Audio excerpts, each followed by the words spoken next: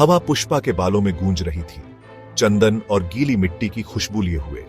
वो नीचे फैले जंगल के विशाल विस्तार पर अपनी नजरें टिकाए एक चट्टानी टीले पर बैठा था। ये हरे रंग का समंदर था, जहां तक नजर जा सकती थी, फैला हुआ था। धूप घने पेड़ों से छनकर सुनहरी किरणों में नीचे गिर रही थी।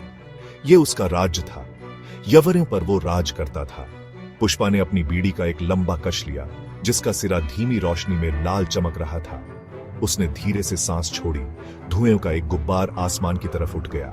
नीचे पेड़ों के बीच छुपा हुआ उसका विलेज था, एक ऐसी जगह जहां जिंदगी मुश्किल थी, जहां मौके कम थे और जहां जीने का एक ही तरीका था, हर इंच के लिए लड़ना।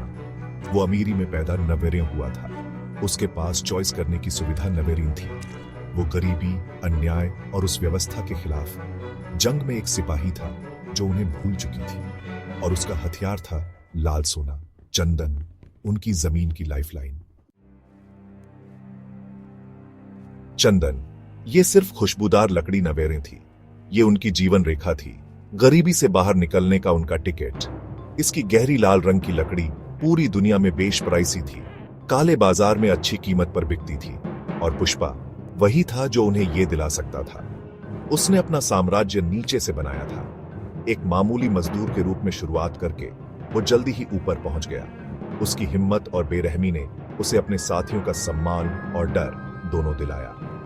अब वो वफादार आदमियों के एक ग्रुप का नेतृत्व करता था। हर कोई उतना ही हताश और उतना ही प्रेरित था जितना वो देमसेल्व्स। उनके दिन खतरनाक रास्तों पर चलते हुए बीतते थे। उनकी रातें बॉनफायर की टिमटिमाती लपटों से रोशन होती थी।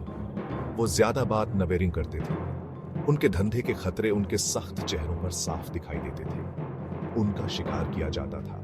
वो हमेशा कानून से, दुश्मन गैंग से, उन वैरी लोगों से भागते रहते थे जो उनकी रक्षा करने का दावा करते थे। जंगल में राज छुपे थे। पुराने पेड़ खतरे और विश्वासघात की कहानियां फुसफुसाते थे।